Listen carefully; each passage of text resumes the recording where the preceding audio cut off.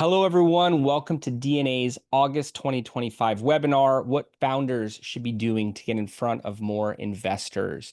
For those of you who have not joined us before, we are DNA, an investor marketing agency. Been doing this since 2015. To date, have worked on over 500 capital raises across regulation crowdfunding, Reg CF, Regulation D, 506C to accredited investors, and Regulation A plus to both retail and accredited. He can raise up to 75 million. The campaigns we've worked on have collectively produced 9 figures of capital, even campaigns we've worked on here in 2025. That's what you're going to be learning about today, how we've been able to do it on our marketing campaigns. We are an open book. We speak on the topics regularly, have a panel this week, Friday, with Supercrowd, with some of the other agencies in the space, put out our weekly podcast episode, Test, Optimize, and Scale, and going to be giving you the tips today so you can use your content marketing, your advertising, and your outreach channels to effectively raise capital and get in front of the right investors to then convert them. Joined here by Abby, our account director. Abby's worked with many of the top issuers in the space, has them on speed dial, speaks to them firsthand. She's going to be able to give you a lot of personal recommendations and insights from her learnings working on these types of raises over the past 4 years. Abby, I'm nice in to the be weeds here with every you. day. I love working with founders and startups, and we see such a variety of companies. That's really something I love, is that we have kind of high-level tactics that we can apply to just about any kind of company with different takes on things. That's the fun part to discover, are the different hooks and how you can really apply the strategies to yourself personally. And I have learned a ton of things. I work with, like Jason was saying, just uh, really a lot of the top issuers, but not everybody wins. Like you're going to see later, only 10% of the raises actually hit $1 million. So there are tactics that you need to be familiar with. And outside of just the paid ads that drive traffic to your campaign, there's so much that the founders can do to get out there in front of and build visibility, build trust, build authority and leadership, even before they approach a single investor to ask for money.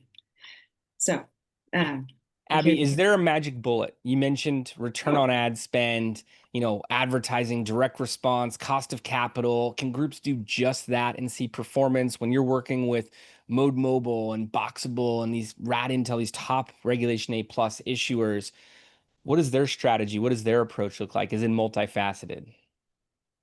yes, it is multifaceted. There's not one single thing that you can, I mean, it has to be this combined effect of many different channels, building many different touch points. People need to have a really strong familiarity with the company in order to make an investment decision. And so paid ads is certainly part of it. But there's a lot more that goes into these top raises. That is a fact, not just on our campaigns. We study kingscrowd.com shows the analytics for investors for all Reg CF campaigns to date. The majority, if not all, of the Regulation A plus campaigns to date. We need the data. We need the numbers. We need the actuals, not just assumptions. We don't want to hear from agencies, including us, or portals or tech partners, just about their top campaigns. We want to get a really good understanding of the space. And there are misconceptions out there, which is why we do these monthly webinars. And today's put together by Jack Sweeney on our team, graphic designer, as well as Khalil Doheny on the content side. Today's discussion is what founders should be doing to get in front of more investors. Abby, what's the biggest mistake you see founders making when trying to get investor attention? Well, there's more than one. There are usually a lot of small mistakes that add up, right? But the biggest thing probably is relying overly much on ads by themselves, and it really does take the full marketing machine to tell the story and build trust. Um, there's so much that goes into it. You brought up King's Crowd just a minute ago, and something we didn't talk about the other day that founders can easily do, uh, and it's free, is to reach out to King's Crowd. As soon as have your deal on their platform, and they're analyzing deals all the time, you can claim your page. And claiming the page is really just the beginning of what could be a productive relationship with King's Crowd. They not only rate deals, they also sometimes invest in deals, although only the top percent.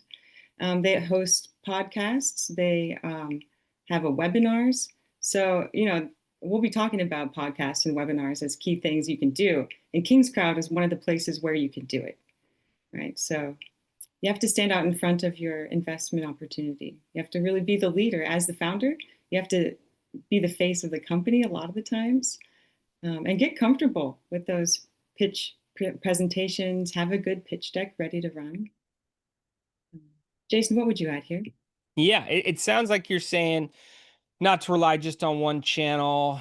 Mm, Be very, very smart and knowledgeable about what's occurring in the space. Success leaves clues, mm, and to reach out to the right publishers to be able to get in contact with the right people. I would say they skip strategy. mm, And we have a model called the 8-point plan, plenty of webinars, workshops, both ours and those I've been a guest on, the team's been on, speaking about the 8-point plan. It's a step that's missed by so many issuers. I hear far too often, hey, we're going to go live, see what happens, and then figure out what to do from there. That goes against all crowdfunding, crowd sale fundamentals. You really want to have a algorithmic roadmap, as we like to say, about how you're going to hit each milestone, what channels are going to produce the traffic, what conversion rates, what average investment levels you're anticipating. 90% of founders get this wrong. Founders focus on product features instead of investment value proposition. You are selling the stock, you're selling the shares here. Most wait until launch to build investor relationships. So you can start seeding those compliantly. Gotta be careful about how you do it.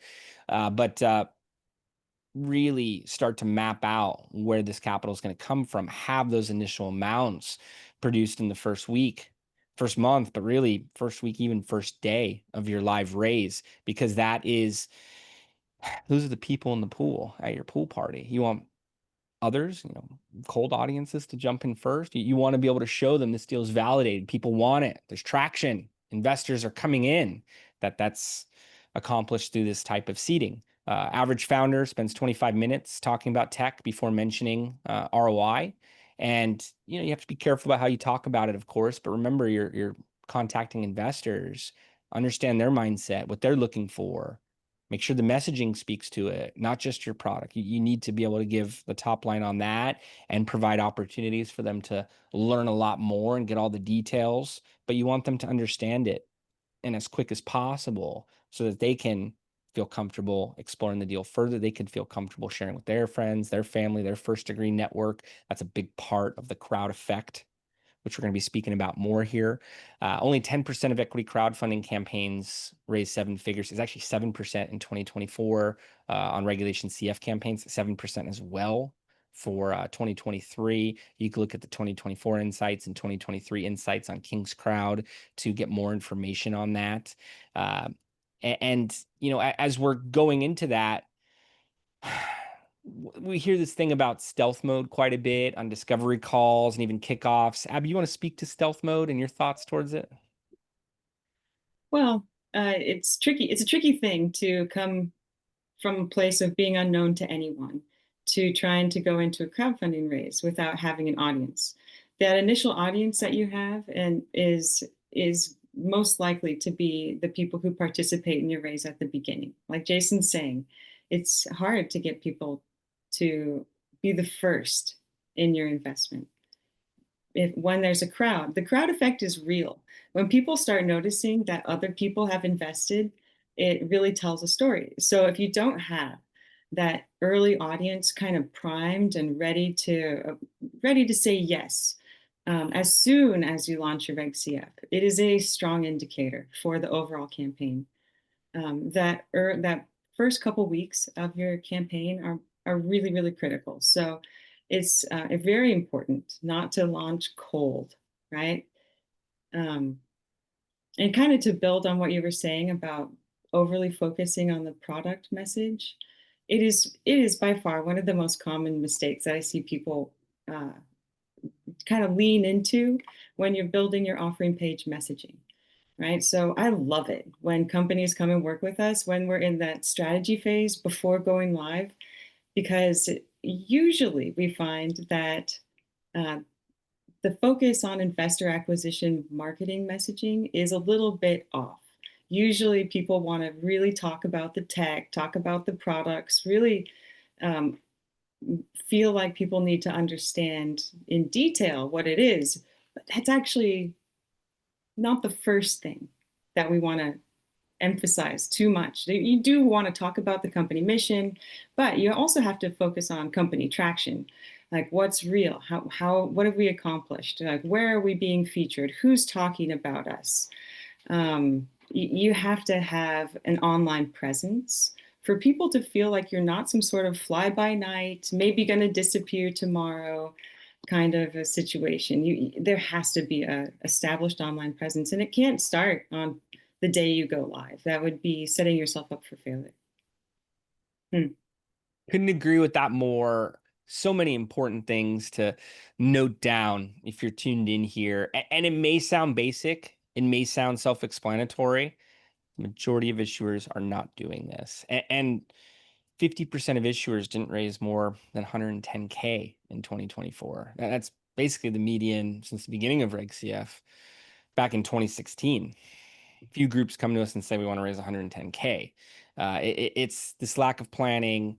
It's a lack of third-party validation, that trust building content, the mission, the traction, the partnerships, just going about it stealth and seeing what's happening. There's a saying of if you fail to plan, you plan to fail. And I could tell you some of those issuers had that in the background of they were skeptical about it. You have to fully commit to be in that top 7%. And I would tell you the top 7, top 10% really get all of the investments. The bottom 50% are pretty stagnant, and the groups in between are determining whether they're going up or down if we're reading into the data. But there's a 3-pillar strategy that works here. Content marketing, direct outreach, targeted advertising. If you're not having these conversations internally, you should set a meeting tomorrow with your team, whiteboard, bring some coffee, make sure everyone's comfortable and ready to contribute. It needs to be high velocity. But the content marketing, that's directly tied to a higher conversion rate.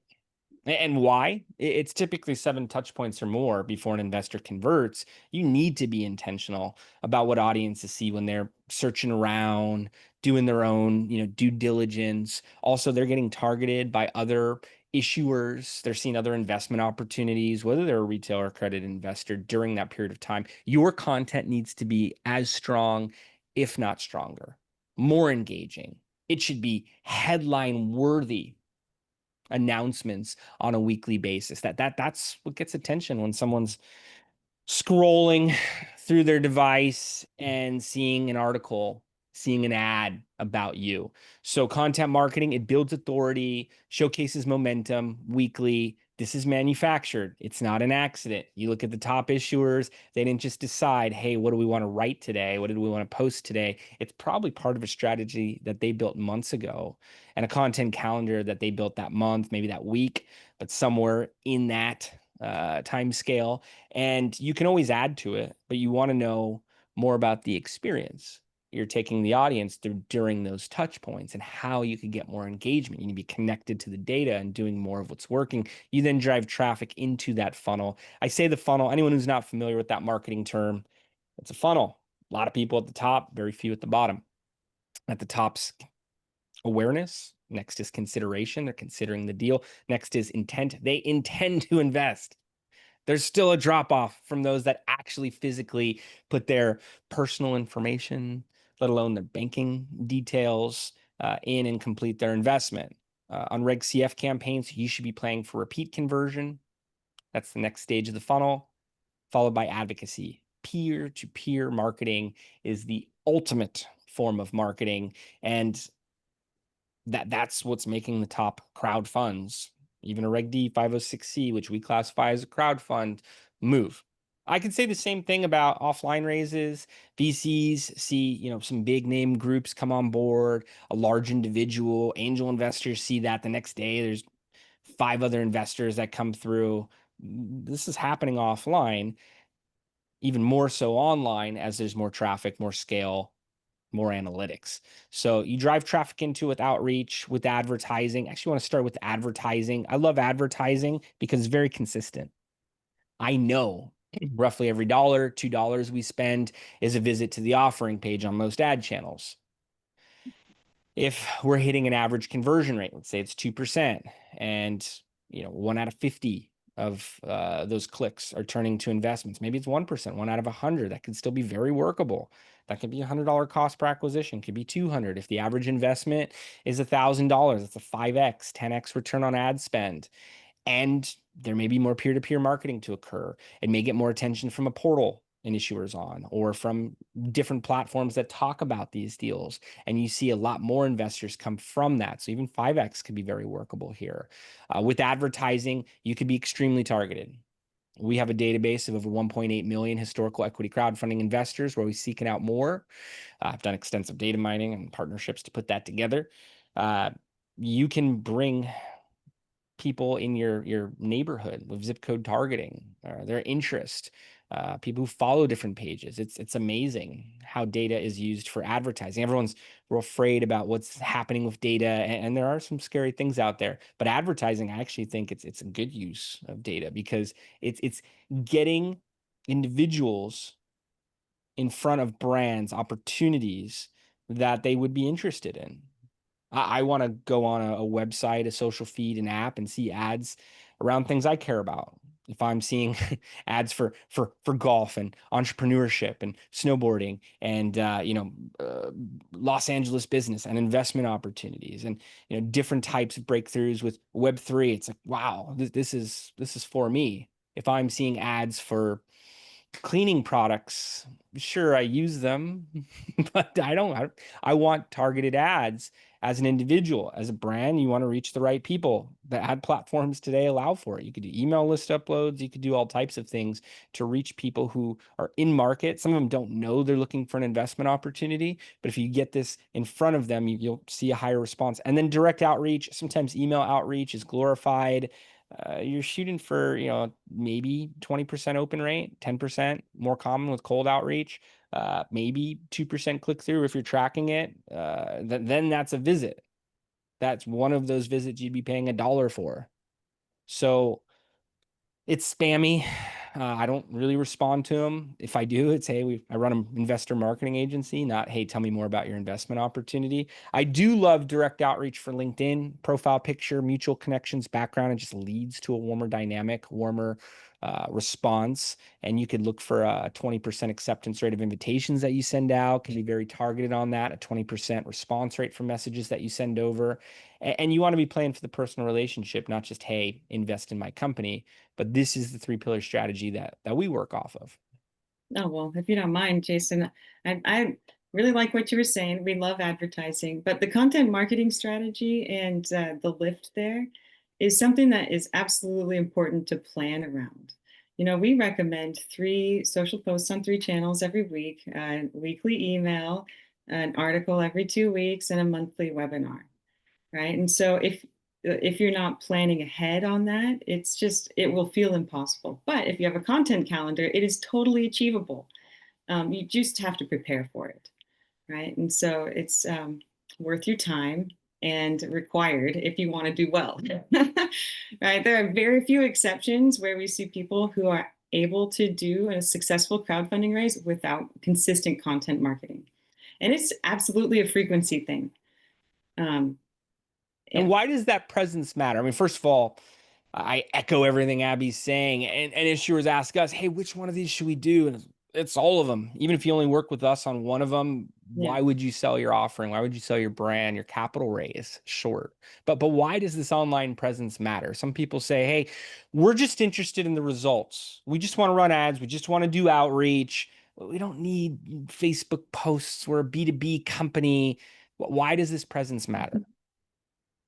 Well, imagine yourself considering to purchase something and you see an ad on Instagram, and then you go on Google and you search for the name of the company and you see where they've been in the news, and you might see reviews, or it depends on what kind of company it is. And then you search around some more. Oh, well, what else can I find out about these people? Then you explore their website and you look at their LinkedIn posts. I mean, it's not a direct, oh, and also they're going to read your offering page probably, right?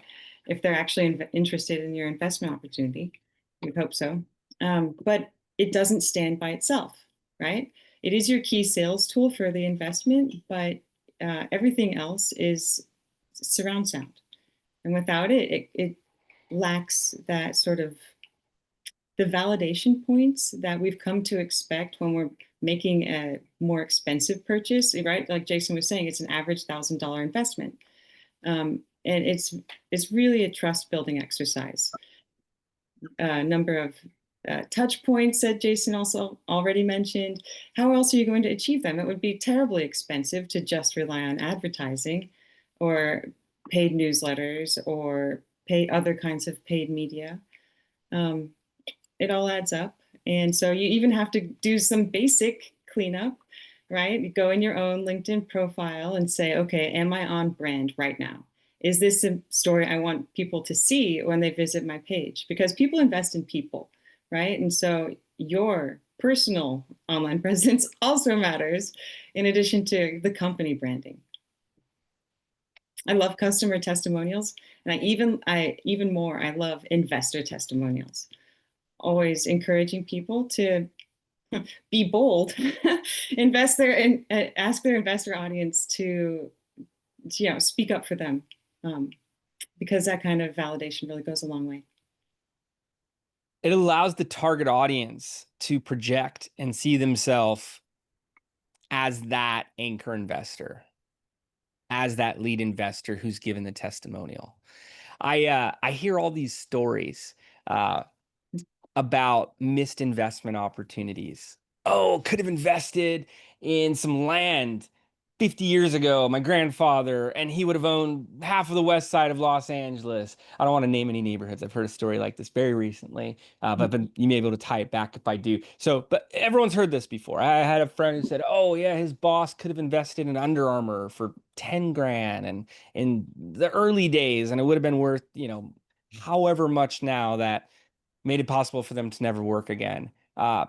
Those are old stories. The stories 10 years from now, they're going to mention equity crowdfunding campaigns. I saw an ad for this when these guys had a $10 million valuation, $20 million valuation. You look at companies like Boxable, I believe it was $20 million valuation in 2019. The Regulation A Plus campaign from this year, $3.5 billion. It's going to be people referencing ads, content, missed opportunities, thinking about the investors that were featured, the testimonials. Some of them are very familiar faces and names, so it'll be that much easier to recall. Oh, yeah, this actor, this influencer invested in them. She probably did really well off of them.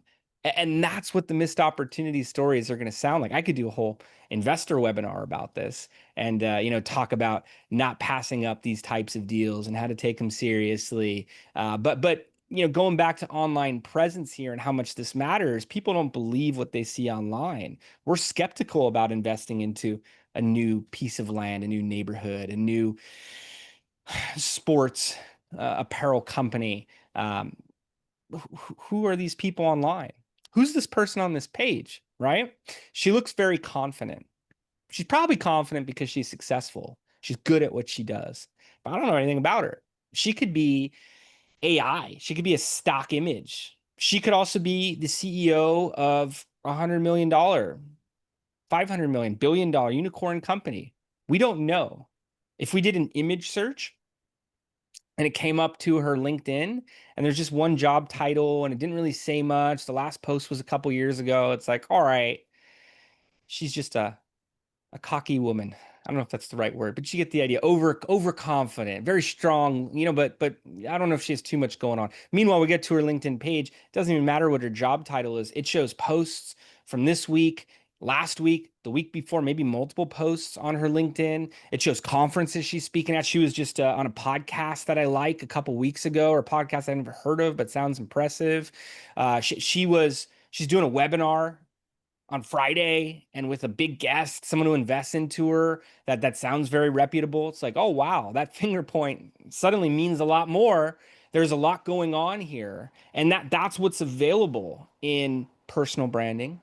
That's what's available in having a steady content flow for a brand, and even more so for an investment opportunity. It needs to feel like, hey, this is a moving train. It's hitting its destination with or without me. Now's my opportunity to hop on board. I don't want to miss out on another investment opportunity. Think about what people you've heard who said, "Oh, I could have invested in Bitcoin in this year and it'd be worth that much." This is why you need to establish trust and why that presence matters. How do you get that lead investor? How does that happen? If someone's tuned in and they're like, okay, well, that sounds great. I want that. How do you actually make it happen though? Probably not going to be sitting at your desk. You might be on the phone, but you also probably are going to be actually, you see the picture there, right? People about to shake hands. You kind of want that feeling for whomever might be your lead investor. They're probably not going to approach you either. You're probably going to have to go and actually ask them. And so, setting up a strategic pipeline for having those conversations, and being consistent, expecting some people to say no, it's got to be part of it. But you have to put yourself out there and really make the ask convincingly, telling them, why invest now in a creative way that gets right to the points that they care about without spending too much time talking about the product first, right? Really got to speak to those investor talking points. And it does involve effort on behalf of the founder themselves. Targeting your personal network first is a good idea. Sometimes we say nobody wants to eat in an empty restaurant. Well, it's really hard to get that first investor. And so you really have to have a trust relationship with that person beforehand. That's why we are always recommending tapping your personal network. Um, Jason, what would you say about this?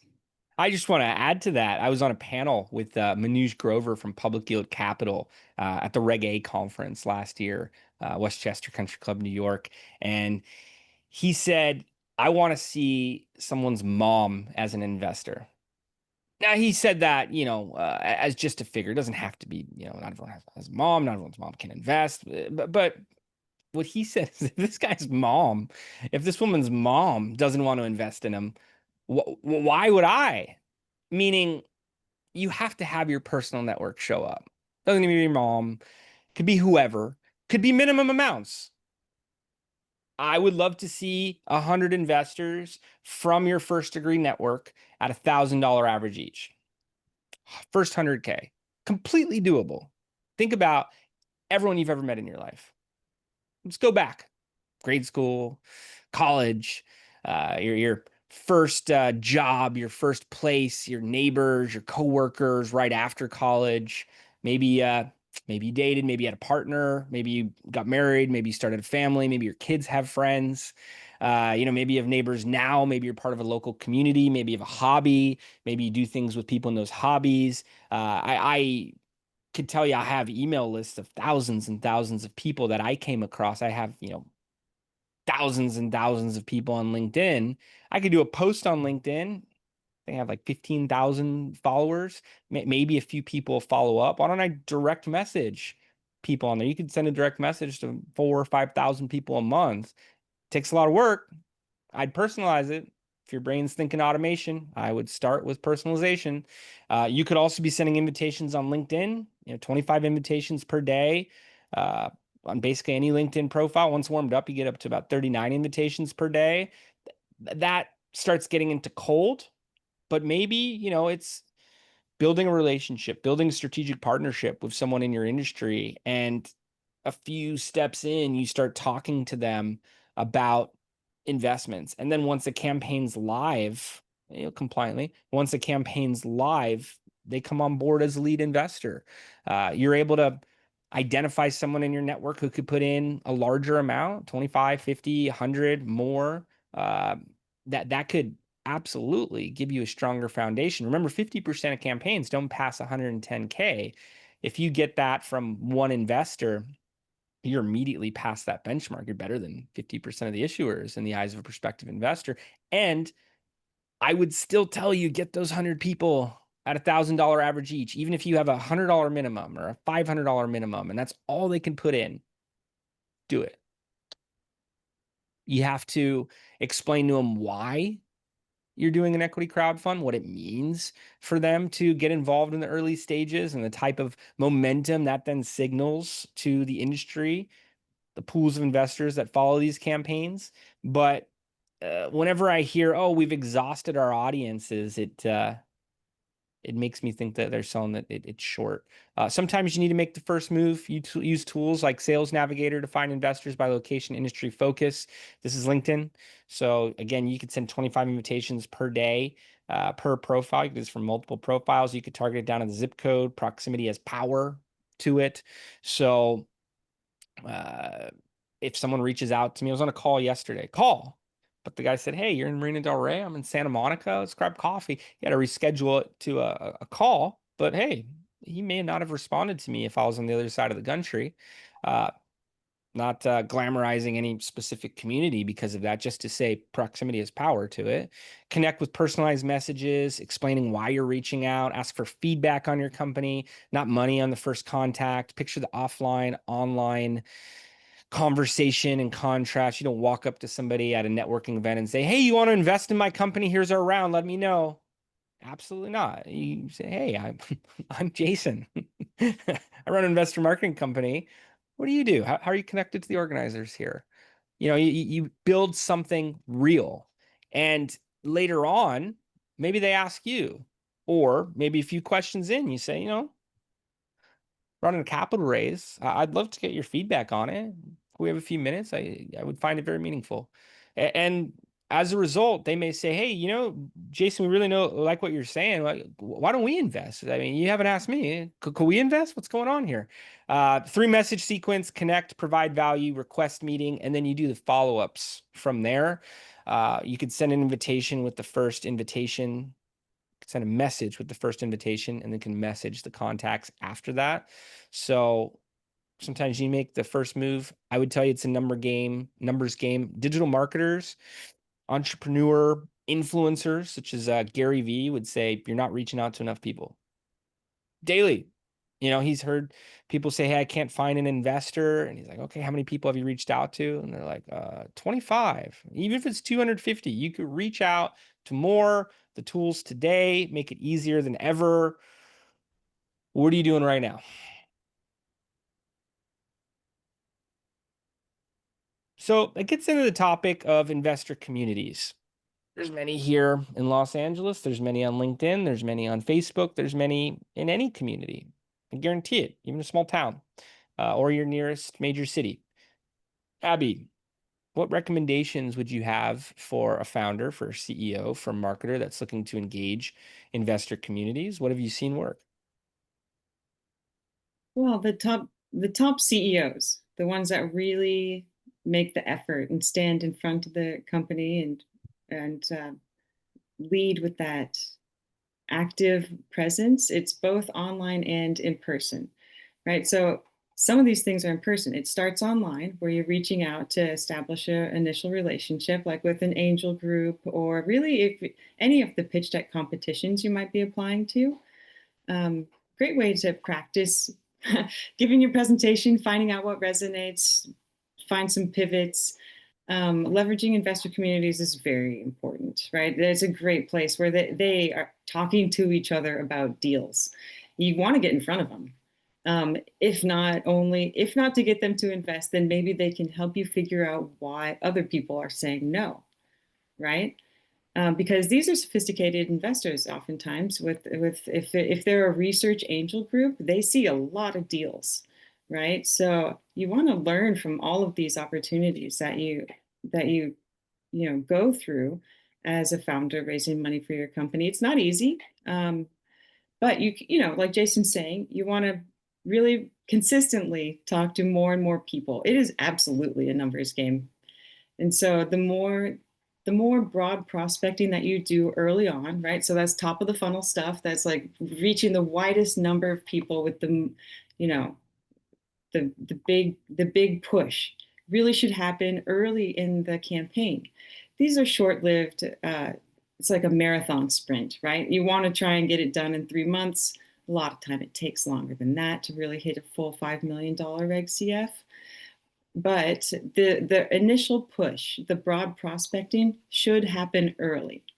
And if you can really leverage these networks, it can build a lot of trust. One, if you get some angel, especially a notable one, to be an early investor, you can use that to build social proof and third-party validation. They might introduce you to other people. Even if they say no, they might introduce you to other people. Um, the point is that you need a lot of volume. Mm. And it's going to take some research to find out who you need to talk to. Um, and yeah, just consistency, consistent, focused outreach. Speaking about consistency, I see too many people that say, I reached out to all these groups, all these accelerators, all these angel networks, all these investor meetups. I haven't heard anything back. Few people, random responses. I say, all right, how many times did you follow up? Well, I just sent him a message. I had to submit through a site. I haven't heard anything back. I had a friend in college and he was having trouble getting a job. And I was like, all right. And he was telling me how many places he applied to. I was like, oh, did you call them? Did you ask to speak to a manager? Did you follow up? I was like, well, no, I mean, they have an application process. I I got a job at a Mammoth at a ski resort. I took a semester off. It was a tough to get job as well, but I was told, hey, you submit your application, you wait 1 week, you give them a call. And then, you build a contact and then you follow up with them. And, never having gone there in person, I got a very sought after position. It was great. It was a great chapter, everything like that. I could tell you about other situations I've been in like that for my young career, as well as for building partnerships, building clientele, and it's even more important for investors. And they have to feel like it's a real relationship. They don't want it to just be transactional. They want it to at least feel like you are going above and beyond for them. Even more important with digital. So 7 to 17 touch points. 7 to 17. Think about how much you see on a daily basis from advertisements everywhere, every brand name, everything that's going on. They say it's like 60,000 ads we see on a daily basis. That includes every logo you're looking at in your room right now or on your devices right now. People forget. They get pulled in different directions. I'll have to shut down my computer tonight. I'll get a call from my wife that I'm late for dinner and I won't be able to, fully finish everything on my list, perhaps. I'll probably be ahead, but you get the idea. There's stuff for tomorrow, there's stuff for here, there. People forget, especially if they're in line at the bank and they're looking at your ad, they click on it, they see your message, they say they're going to get back. Create weekly content showcasing business momentum and milestones. Appear on podcasts and speak at events to build authority. So they keep seeing you organically. And when you're following up with them, there's a lot to point to. It's not just, how about now? You ready to invest? Hey, I'm following up again. Hey, you told me to follow up again. Gets annoying. You become someone they don't want to respond to. If you're talking about great things you're doing, they think it's interesting, whether they respond or not. You want to be interesting. Post progress updates across all platforms consistently. Repurpose all content for maximum reach and repeated exposure. Run retargeting ads. Send enough messages in your LinkedIn outreach to your community rounds. Reg CF is defined as a community round by WeFunder. Your community needs reminders. If I'm throwing a barbecue this weekend and I reach out to a bunch of friends, I'm going to hear back from some of them. They may say maybe. I have to follow up with them. It is my job. And if I do, I'm going to have a lot more people show up. It's going to be more lively. I'm going to have the crowd effect. That's what you're looking for with these repeat touch points.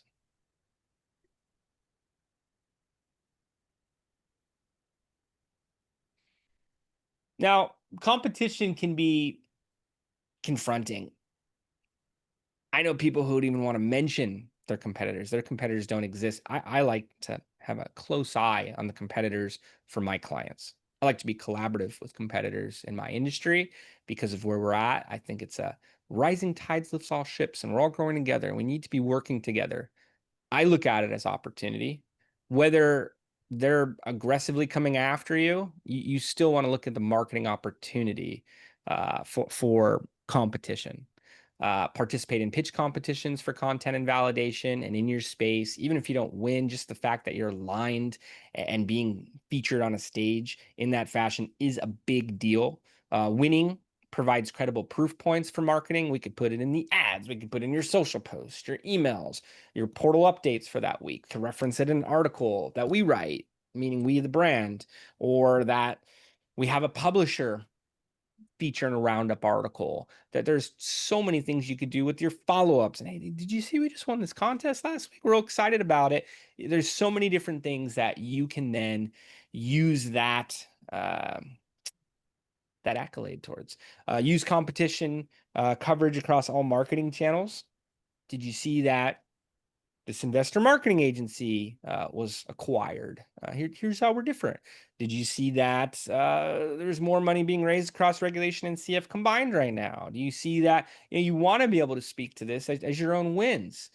There are major Regulation A plus issuers who get quotes from very prominent figures, and they don't work with them. They're just showing, hey, people are talking about this. This is the time that you want to look at this vertical. It's the time you want to invest in this space.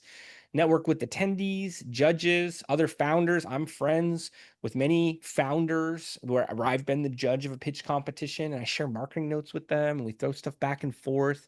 Relationships are everything here. And I've given introductions to them. I've worked with them and brought in significant amounts of capital for some of them. There's a lot of different things you can do beyond just getting an investment from an individual. There's a lot of different things you could do versus say, hey, pay no attention to the groups behind the curtain. Those are our competitors.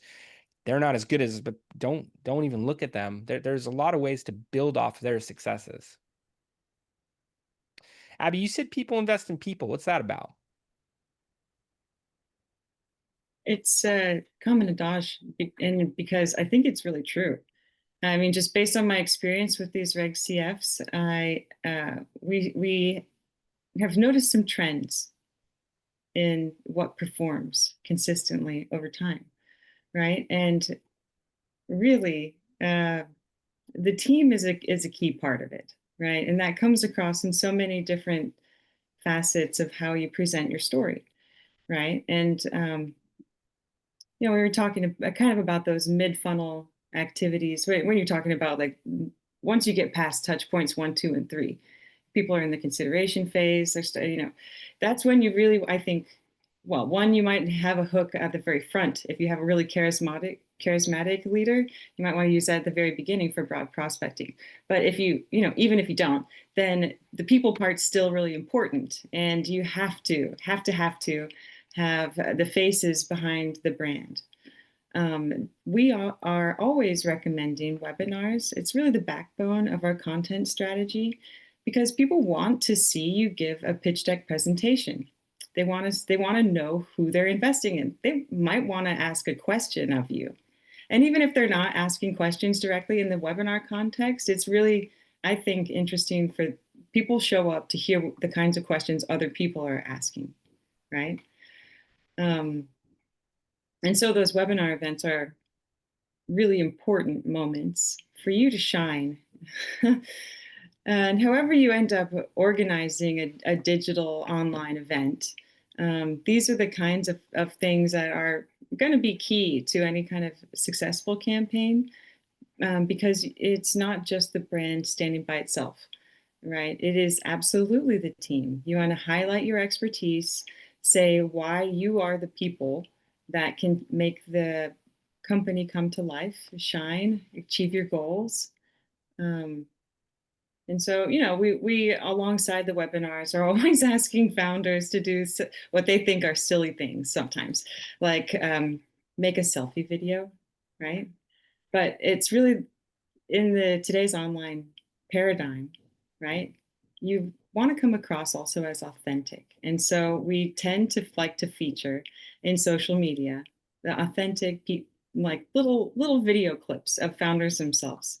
And it does give that personal touch. You would be amazed how many people invest based on emotion. It is in part a financial decision, but it's not entirely a financial decision. There's a big emotional component here.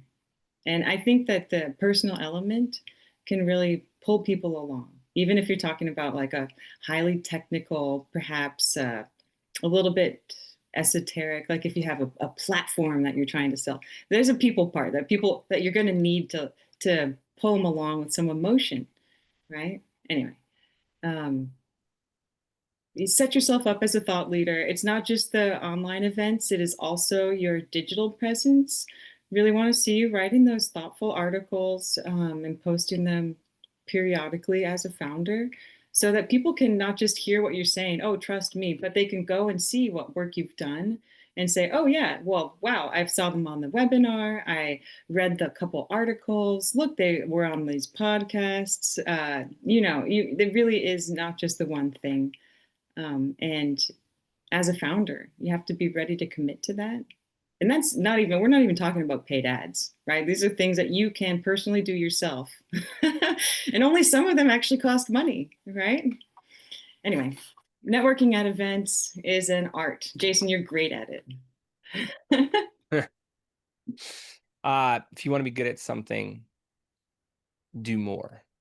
If you want to be good at blank, do blank more. As Ryan Foland, personal branding expert, check out one of his 4 TEDx talks, would say. Attend events to learn and provide value, not just to pitch.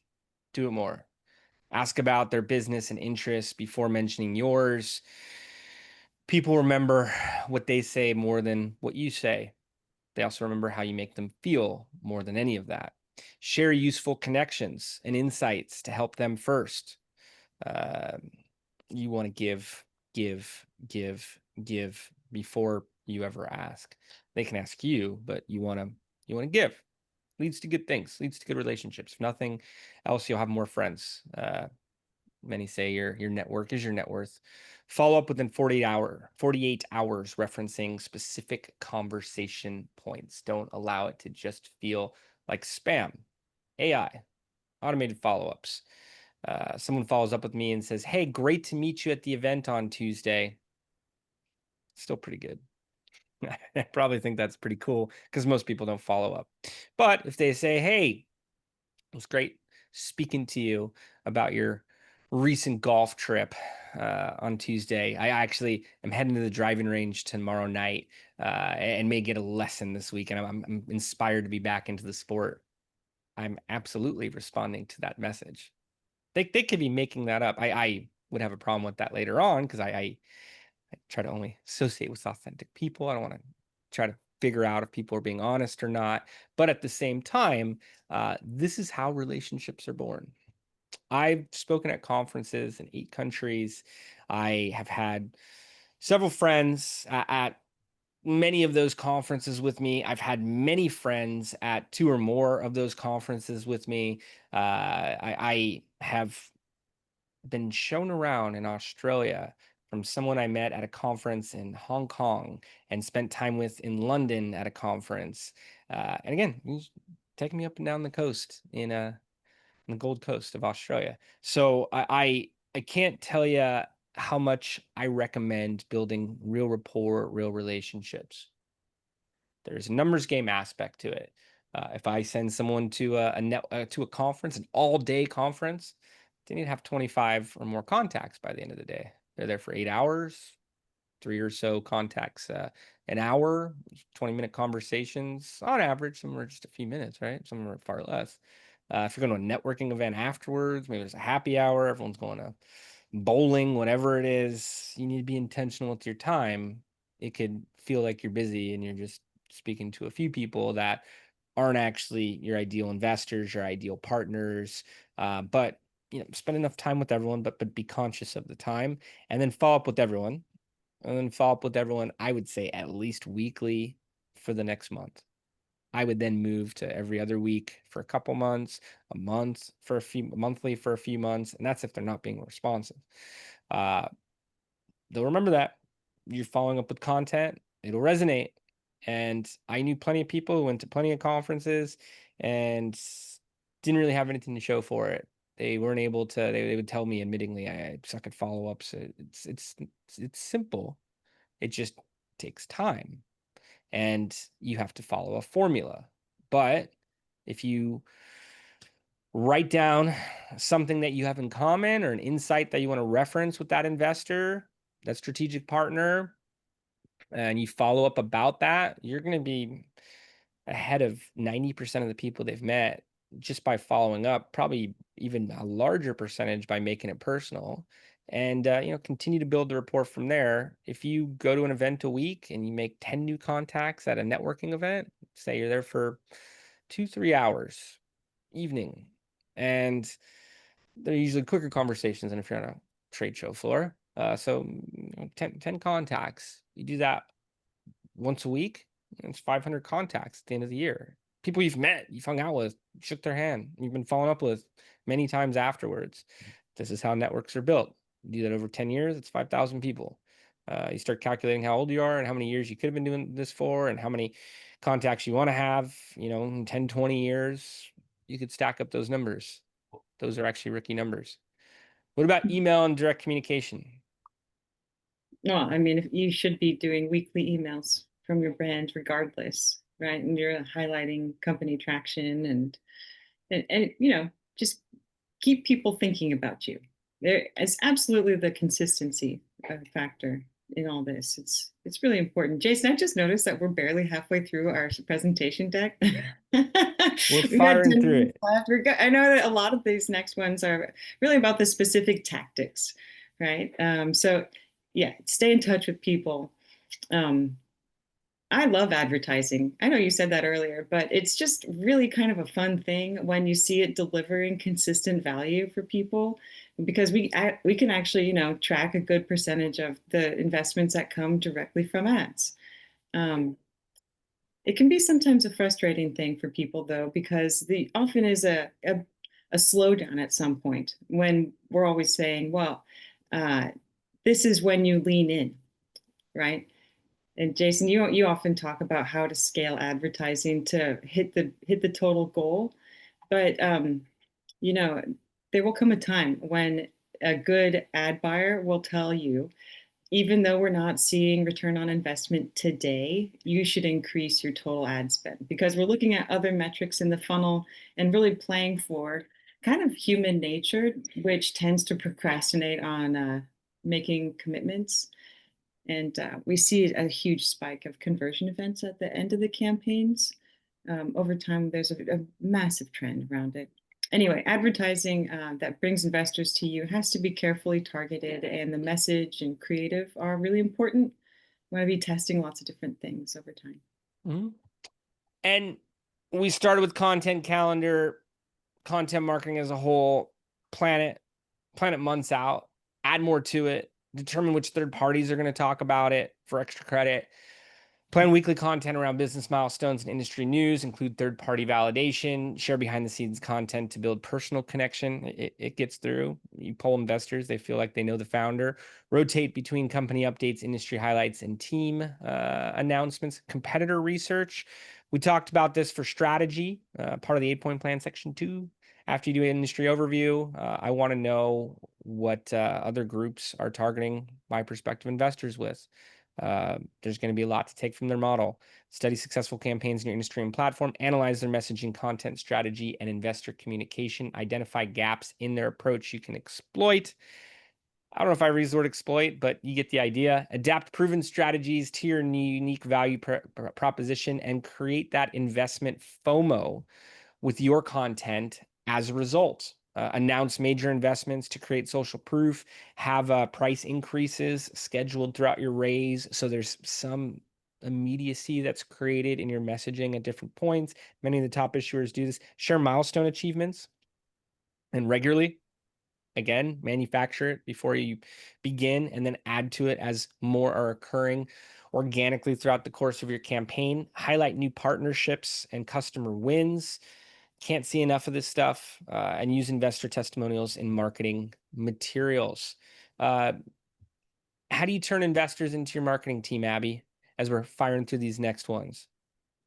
Well, I'm always trying to get quotes at a minimum that are written down, but even better when you can get them to record a short video, Mm-hmm. 15 to 45 seconds, saying why they invested, right? And it's not a solicitation for other people to invest. It is simply for them to state why they invested.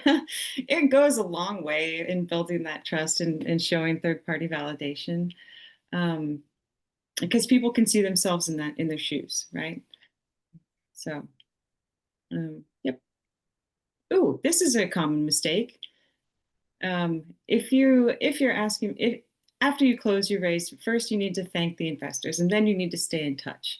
Because if you're planning to raise more money in the future, and they don't hear anything from you about things you've accomplished, even roadblocks you're facing and working to solve, it's going to be pretty hard to ask them for more money if you decide to raise again. It really requires consistent follow-up. It really does. It just can't be ignored. I see people come to us all the time. I'm saying this like through experience. It is way harder to raise a second or third round if you have been ignoring your community in between the times you ask them for money.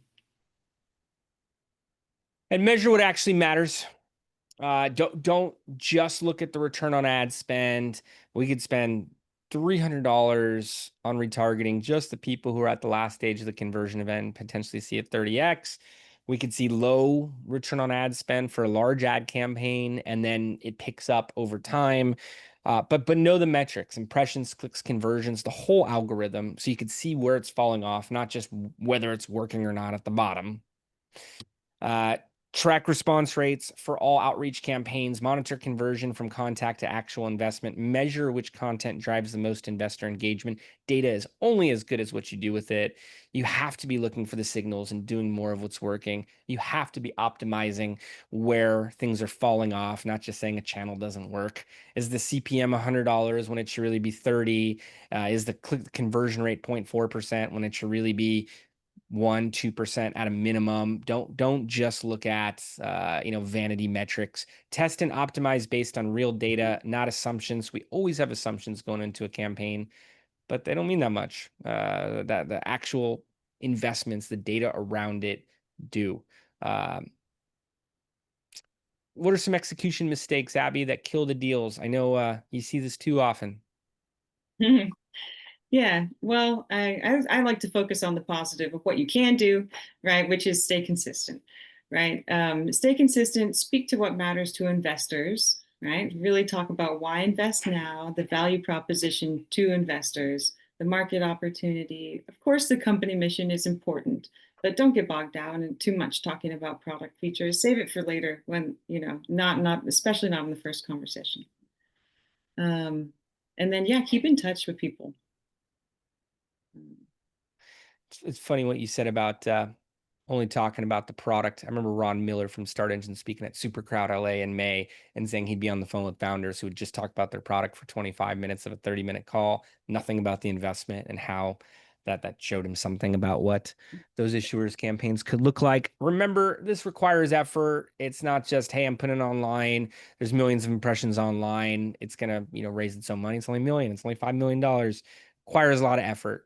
Investor outreach requires dedicated founder involvement. Plan to spend 20 to 30 hours per week on investor relations, whether it's the founder or other members of the team. The top issuers have departments in their companies, departments just for this outside of their core product offerings. Success takes 6 to 12 months of consistent effort, and you cannot outsource relationship building completely. There has to be an element of you in there.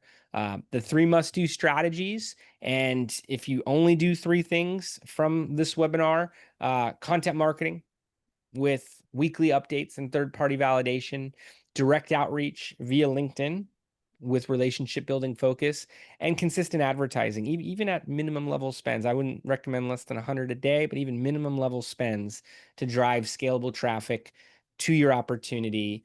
Build your content calendar this week. Plan for 12 weeks of content updates, milestones, partnerships, media appearances. Schedule the posts across social, email, long form channels, and focus on that momentum and third party proof. And Abby, you want to give them their homework as we get to the last minute here?